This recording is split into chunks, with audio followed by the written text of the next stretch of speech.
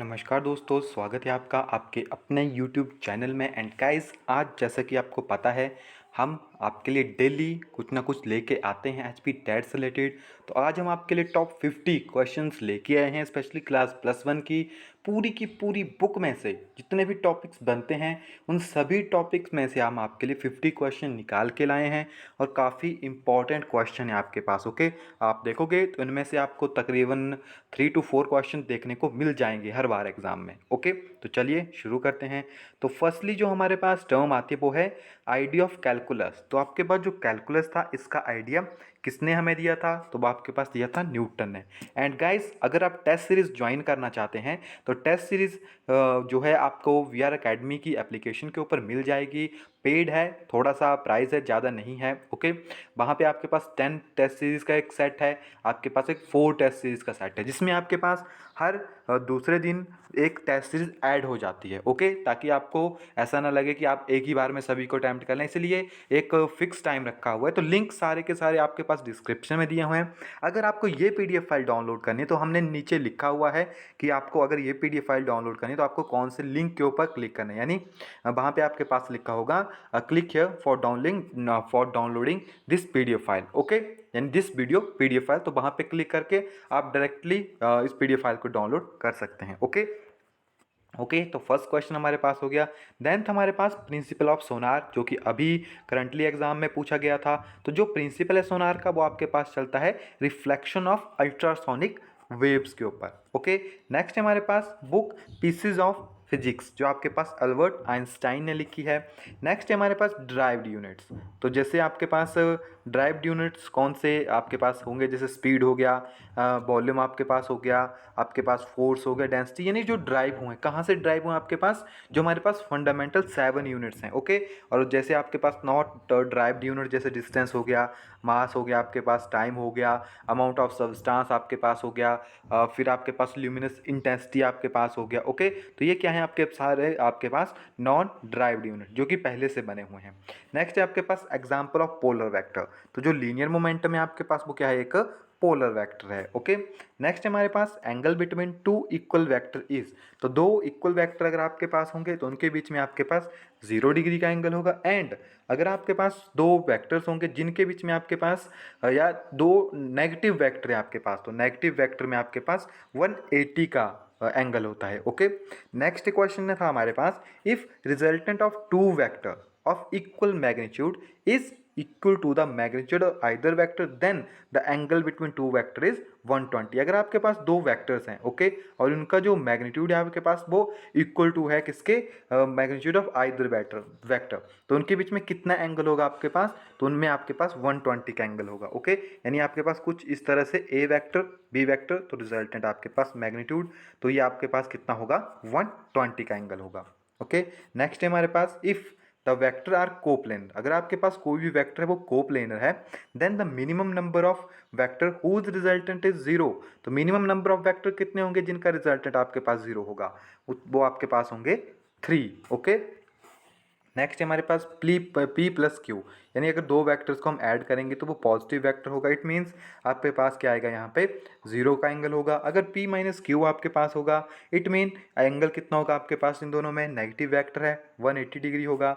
अगर a plus B जो है आपके पास इक्वल है a माइनस बी के, सो आपके पास कितना एंगल होगा, इनमें इनमें आपके पास 90 डिग्री का एंगल होगा। Okay, and next term vector से ही रिलेटेड है कि अगर आपके पास a एंड b जो है परपेंडिकुलर वेक्टर है, देन जो आपके पास डॉट प्रोडक्ट होता है टू वेक्टर का वो कितना होता है आपके पास, वो 0 होता है। एंड अगर आपके पास a एंड b जो है आपके पास पैरेलल वेक्टर हैं तो इनके बीच में जो क्रॉस प्रोडक्ट है वो आपके पास कितना होगा, यहाँ पे वो आपके पास 0 होगा। ओके, ये भी एक काफ़ी इंपॉर्टेंट टर्म है हमारे पास। देन नेक्स्ट हमारे पास होता है लॉ ऑफ इनर्शिया। तो लॉ ऑफ इनर्शिया किसे कहते हैं, हम न्यूटन के फर्स्ट लॉ को कहते हैं। और लॉ ऑफ इनर्शिया स्पेशली जो टर्म है वो किसने ड्राइव की थी आपके पास, गैलीलियो ने। लॉ ऑफ इनर्शिया क्या कहता है आपके पास, कि अगर कोई बॉडी आपके पास मोशन में है, अगर कोई बॉडी रेस्ट में है, तो वो अपनी पोजीशन चेंज नहीं कर सकती जब तक उसके ऊपर कोई भी एक्सटर्नल फोर्स जो है वर्क नहीं करती है। ओके, नेक्स्ट हमारे पास आता है if external force on a body is 0। अगर कोई बॉडी है आपके पास जिसमें हमने कोई भी बाहर से कोई फोर्स नहीं लगाई है, सो उसमें जो एक्सेलरेशन होगी वो उसकी 0 होगी। Okay, the physical quantity which is equal to the change in momentum of a body. तो तो कोई भी फिजिकल क्वांटिटी यानी चेंज इन लीनियर मोमेंटम या चेंज इन मोमेंटम वो आपके पास इम्पल्स होती है। ओके, जिसे हम आपके पास कितनी फोर्स है एंड कितना वहाँ पे टाइम है इस तरह से रिप्रेजेंट करते हैं। ओके, नेक्स्ट हमारे पास एक्शन एंड रिएक्शन जो है आपके पास ऑलवेज डिफरेंट बॉडीज़ के ऊपर लगते हैं और ये आपके पास कभी भी 100% एक दूसरे को कैंसिल नहीं करते हैं, क्योंकि ये आपके पास वर्क ही डिफरेंट बॉडीज़ के ऊपर करते हैं। और न्यूटन का थर्ड लॉ है आपके पास, एंड आपके पास जो थर्ड लॉ है उसको हम कहते हैं आपके पास law of conservation of linear momentum या law of conservation of momentum. जो रॉकेट है आपके पास थर्ड लॉ के ऊपर ही वर्क करता है आपके पास। नेक्स्ट हमारे पास change in momentum is given by, तो चेंज इन मोमेंटम आपके पास क्या होता है, फोर्स इनटू टाइम, यानी चेंज इन मोमेंटम इंपल्स हो गया। चेंज इन मोमेंटम आपके पास लीनियर मोमेंटम को भी रिप्रेजेंट कर देता है। Okay, area under force displacement graph, तो जो आपके पास एरिया होता है फोर्स डिस्प्लेसमेंट ग्राफ में वो हमें रिप्रेजेंट करता है वर्क डन। क्या रिप्रेजेंट करेगा वो हमें यहाँ पे वर्क डन रिप्रेजेंट करता है। ओके, नेक्स्ट हमारे पास टर्म आती है body, body has uniform circular motion. एक बॉडी है हमारे पास, उसमें क्या है आपके पास यूनिफॉर्म सर्कुलर मोशन है। Which of the following quantity of the body remain same, तो अगर यूनिफॉर्म सर्कुलर मोशन है तो उसमें जो काइनेटिक एनर्जी आपके पास वो क्या रहेगी यहाँ पे कांस्टेंट रहती है। ओके, यूनिफॉर्म सर्कुलर मोशन में आपके पास जो काइनेटिक एनर्जी है वो आपके पास यहाँ पे कांस्टेंट रहती है, चेंज नहीं करती है। नेक्स्ट आपके पास आता है इलेक्ट्रॉन वोल्ट, आपके पास किस चीज़ के यूनिट हैं, तो इलेक्ट्रॉन वोल्ट आपके पास यूनिट है एनर्जी के। Okay, relation between kinetic energy and momentum, तो kinetic energy E is equal to rho square upon 2m, काफ़ी इंपॉर्टेंट एक्सप्रेशन है। 2 एंड 3 ईयर हो गए कॉन्टिन्यूसली यहाँ से आपके पास क्वेश्चन आ रहा है। नेक्स्ट आपके पास इसी टर्म से रिलेशन है, relation between kinetic energy and momentum. Okay, bus and car have the same momentum, rho की वैल्यू सेम है आपके पास। Okay, if kinetic energy of the bus is K1, kinetic energy कितनी है K1 एंड कार की कितनी है K2, तो आपको बताना है which of the following term is greater. तो देखिए रो तो कांस्टेंट है, मास के ऊपर डिपेंड करेगा, बस का मास ज़्यादा है इट मीन काइनेटिक एनर्जी कम होगी, इट मीन्स जो कार है उसका मास कम है तो आपके पास काइनेटिक एनर्जी ज़्यादा होगी। ओके, इसी तरह से डिफरेंट डिफरेंट क्वेश्चन बन सकते हैं। नेक्स्ट क्वेश्चन देखिए, light and heavy body momentum equal है, which one of the following is a greater kinetic energy, यानी जो लाइटर बॉडी होगी जैसे हमने ऊपर आपके पास है सेम यही क्वेश्चन है। नेक्स्ट हमारे पास टर्म आती है 1 जूल। 1 जूल किसके बराबर आपके पास होता है 10⁻⁷ अर्ग के बराबर। ओके, नेक्स्ट हमारे पास टर्म आती है if the velocity of the body become double, आपके पास क्या है कोई भी बॉडी है। Okay, if the velocity of the body becomes double it's kinetic energy will become, तो उसकी जो काइनेटिक एनर्जी है उसके ऊपर क्या इफेक्ट पड़ेगा, वो आपके पास 4 टाइम हो जाएगी। ओके, फॉर्मूला आपके पास है ½ mv²। ओके, बेसिकली एक बात हमेशा याद रखिए, काइनेटिक एनर्जी जो है वो स्केलर क्वांटिटी है। ओके, हम वेलोसिटी की टर्म को यूज़ जरूर करते हैं मगर जो यहाँ पे v है वो ऑलवेज आपके पास स्पीड को रिप्रेजेंट करता है। किस चीज़ को रिप्रेजेंट करता है, स्पीड को। नेक्स्ट हमारे पास torque acting on a body is the rotational analog of, तो टॉर्क जो आपके पास वो किसका रोटेशनल एनालॉग हमारे पास है, वो फोर्स का रोटेशनल एनालॉग है हमारे पास। ओके, नेक्स्ट हमारे पास the momentum of inertia of a body does not depend upon its, तो जो मोमेंटम ऑफ इनर्शिया आपके पास वो कभी भी एंगुलर वेलोसिटी के ऊपर डिपेंड नहीं करता है। ओके, वो आपके पास axis mass axis of rotation के ऊपर डिपेंड करेगा। ओके, नेक्स्ट है हमारे पास momentum of inertia in the rotational analog of, तो जो मोमेंटम ऑफ इनर्शिया आपके पास वो किस चीज़ का रोटेशनल एनालॉग है हमारे पास, वो मास का रोटेशनल एनालॉग है। ओके, केपलर सेकंड लॉ आपको क्या बताता है, वो हमें बताता है law of conservation of angular momentum. क्या बताएगा, law of conservation of angular momentum.